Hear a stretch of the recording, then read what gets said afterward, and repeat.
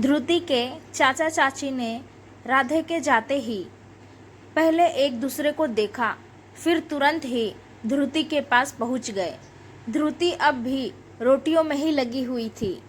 चाची किचन में पहुंचते ही मुस्कुराते हुए, बेटा ये सब छोड़ो और तुम जाओ, जाकर अपने रूम में आराम करो। ध्रुति यह सुन इतनी हैरान हुई कि उसने गलती से अपना हाथ जला लिया।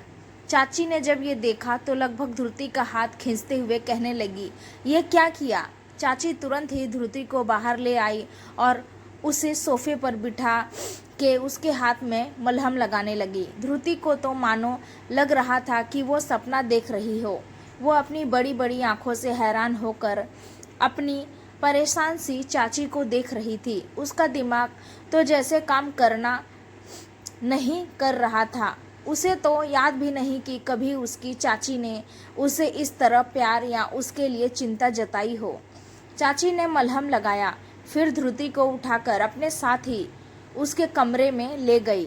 ध्रुति बस अपनी चाची के पीछे पीछे चल दी। चाची ने ध्रुति को बेड पर बिठाते हुए कहा, अब तू आराम कर, कल तेरे लिए बहुत खास दिन है। इतना सुनते ही ध्रुति ने सवालिया नज़रों से अपनी चाची को देखा तो चाची ने आगे कहा, कल तेरी शादी है राधे के साथ। ध्रुति लगभग बेड से उठ खड़ी हुई। क्या शादी?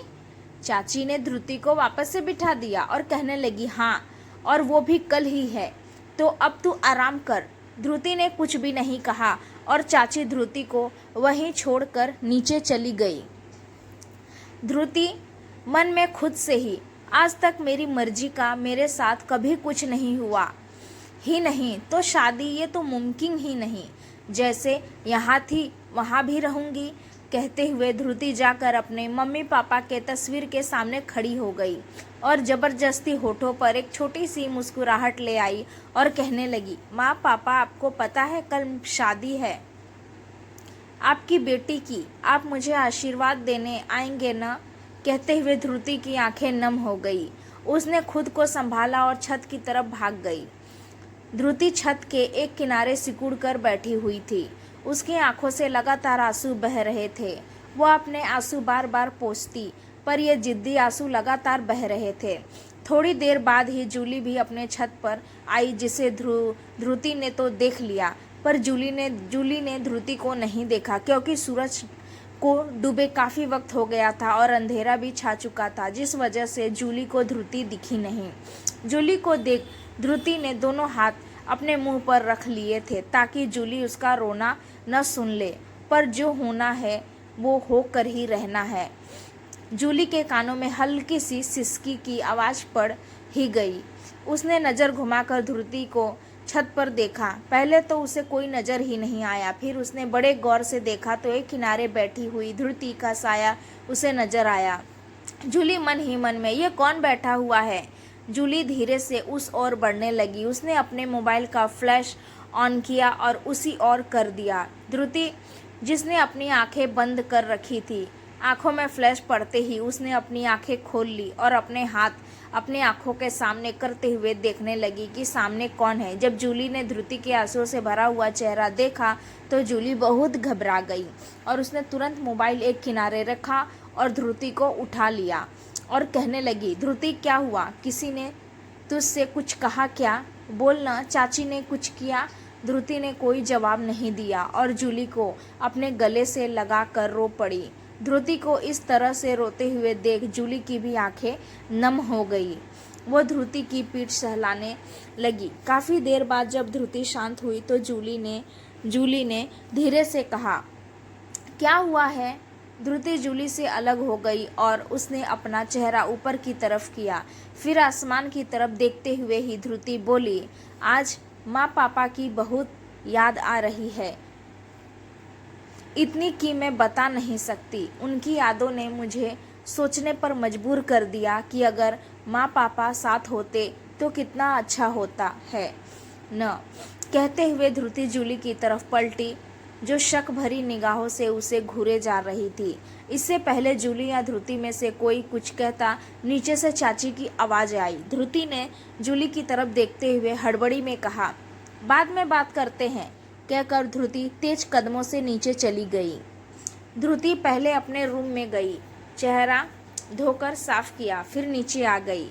चाची ने ध्रुति को खाने की मेज पर बिठा दिया और उसके लिए खाना परोस दिया। ध्रुति एकदम हैरान थी अपनी चाची के इस तरह के रवैये से।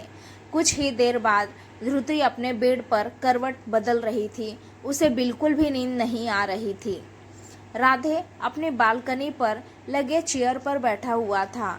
उसके हाथ में हमेशा की तरह जलता हुआ सिगरेट था और उसकी निगाहें आसमान में चमक रहे तारों की तरफ। उसने आसमान की तरफ देखते हुए कहा, मुझे पता है नींद तो उसकी आंखों में भी नहीं होगी। राधे ने एक गहरी सांस ली और चेयर से उठ खड़ा हुआ। वो जाकर रेलिंग से टिक गया। उसने आसमान की तरफ देखते हुए कहा, माँ, आपको पता है मैंने बिना ये जाने कि वो क्या चाहती है सीधा शादी के लिए कह दिया। मुझे कुछ समझ ही नहीं आया कि मैं करूँ तो क्या करूँ। क्या आपको तो पता है ना, मैं कभी कुछ गलत नहीं करूँगा। उसी वक्त एक ठंडा पर सुकून भरा हवा का झोंका राधे को स्पर्श करते हुए चला गया।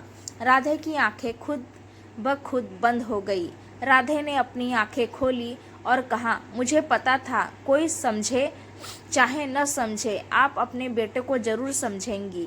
राधे ने थोड़ा रुककर आगे फिर कहा, मैं कभी उसे कोई तकलीफ़ नहीं होने दूंगा माँ, और इसीलिए ही पहले मुझे उसे उस घर से निकालना होगा जहाँ इंसान तो रहते ही नहीं हैं, और इसीलिए मुझे उसके हक के लिए भी उससे शादी करनी है। और जब तक ध्रुति खुद अपने दिल से मुझे एक्सपेक्ट नहीं करती, मैं हमेशा दूर ही रहूँगा उससे, पर पास ही रहूँगा एक साए की तरह। कोई भी तकलीफ़ उसे छू कर नहीं गुजरेगी। अब मेरी दुनिया में दो ही लोग होंगे जिनके लिए मुझे जीना है और उन्हें संभालना है। थोड़ी देर बाद राधे बालकनी से आकर बेड पर लेट गया। अगर ध्रुति करवट बदल रही थी तो चैन अपने राधे को भी नहीं था। वो जानता था जो वो कर रहा है उससे तो ध्रुति की नफ़रत भी उसे नहीं मिलेगी, तो प्यार तो बहुत दूर की बात है। धीरे धीरे रात गहराती चली गई और पलक झपकते ही सूरज देवता ने अपने दर्शन दे दिए। राधे सुबह सुबह ही घर से अपने ऑफिस के लिए निकल गया। उसने अपने आदमियों से कहकर कोर्ट के सारे काम करवा दिए थे। साथ ही अभी कोर्ट जाने के लिए भी टाइम था, तो राधे अपने काम में लगा रहा। कुछ देर बाद राधे ने अपना फ़ोन निकाला और एक नंबर डायल कर दिया। ध्रुति की नींद अब तक नहीं खुली थी। रात के रोने की और लेट से सोने की वजह से उसका सर भारी था और उसे समय का पता भी नहीं था। 2 बार चाची ध्रुति के कमरे में आई पर उसे जगाया नहीं। आप इसे राधे का खौफ भी कह सकते हैं। चाची हॉल में सोफे पर बैठी हुई थी।